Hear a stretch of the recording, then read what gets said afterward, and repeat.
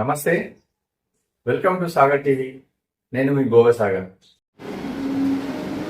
ఈరోజు టాపిక్ వచ్చేసి ప్రజాపాలనలో అప్లై చేసుకున్నటువంటి ప్రజలు యొక్క అప్లికేషన్లు కొందరివి నాట్ అప్లైడ్ కింద చూపించడం జరుగుతుంది.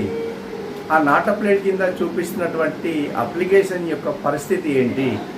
అర్హులైనటువంటి ప్రజలు ఈరోజు సబ్సిడీలు పొందడం లేదు, వాళ్ళు నష్టపోతున్నారు. వాళ్ళు అప్లై చేసుకున్నప్పటికీ మరి నాట్ అప్లైడ్ కింద ఎందుకు చూపిస్తుందని అడుగుతున్నారు. నాట్ అప్లైడ్ కింద చూపించినప్పటికీ వాటిని సరిచేసే మార్గం లేదా? ముందుగా వాళ్ళు అప్లై చేసినప్పటికీ నాట్ అప్లైడ్ కింద ఎందుకు చూపిస్తుందని అడుగుతున్నాం. ఈ తప్పు ఎవరిది? ప్రజలదా, అధికారులదా? అధికారులు అయితే చర్యలు ఎందుకు తీసుకోవడం లేదు? నాట్ అప్లైడ్ కింద చూపిస్తున్నటువంటి అప్లికేషన్ యొక్క స్టేటస్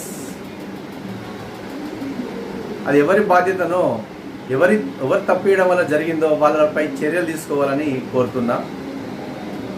అదేవిధంగా అన్నింటికీ అర్హులై ప్రజలు ఈరోజు ఆ పథకాలకు దూరంగా ఉండి నష్టపోతున్నటువంటి పరిస్థితి.